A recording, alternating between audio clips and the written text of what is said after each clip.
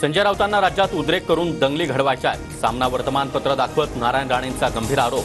तर संजय राऊतांना जेलमध्ये टाकण्याची राणेंची मागणी.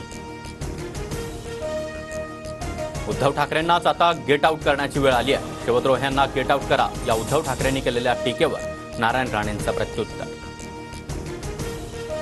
शरद पवार 83 वर्षाचे झाले तरी मराठा समाजाला न्याय देऊ शकले नाहीत. नारायण राणेंचा पवारांवर हल्लाबोल.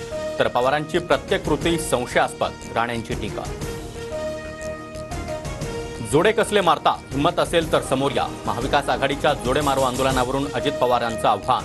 तर विरोधक रडीचा डाव खेळत असल्याची देखील अजित पवारांची टीका. अजित पवार आणि रामराजे निंबाळकर फलटणमध्ये एकाच व्यासपीठावर. रामराजे यांच्याकडून कालच तुतारी हाती घेण्याचा इशारा. रणजितसिंह नाईक निंबाळकर आणि जयकुमार गोरेंच्या तक्रारीविषयी दखल न घेतल्यामुळे रामराजे नाराज. भाजपचे माजी खासदार सुजय विखे पाटील शिर्डी विधानसभा मतदारसंघात वडिलांच्या प्रचारामध्ये सक्रिय.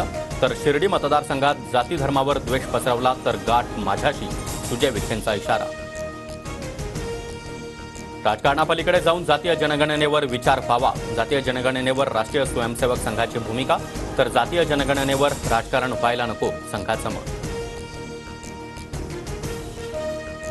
शिवरायांचा पुतळा कोसळल्यानंतर शिल्पकार जयदीप आपटे अद्यापही फरार. तर फडणवीस छत्रपतींचा अपमान करणाऱ्या जयदीप आपटेला अटक करू शकत नाही, मग मोदींच्या माफीला काय अर्थ, वडेट्टीवार यांची टीका. मराठवाड्यातील 8 जिल्ह्यांमध्ये मुसळधार पावसाची हजेरी. गेल्या 24 तासात 3 जणांचा मृत्यू तर 78 जनावरं दगावली. मराठवाड्यामध्ये 284 मंडळात अतिवृष्टीची नोंद. अमरावतीमध्ये चिकनपेक्षा कोथिंबीर महाग. 1 किलो कोथिंबीरला तब्बल 400 रुपयांचा दर. पावसामुळे भाजीपाला महागल्यानं दरांमध्ये वाढ.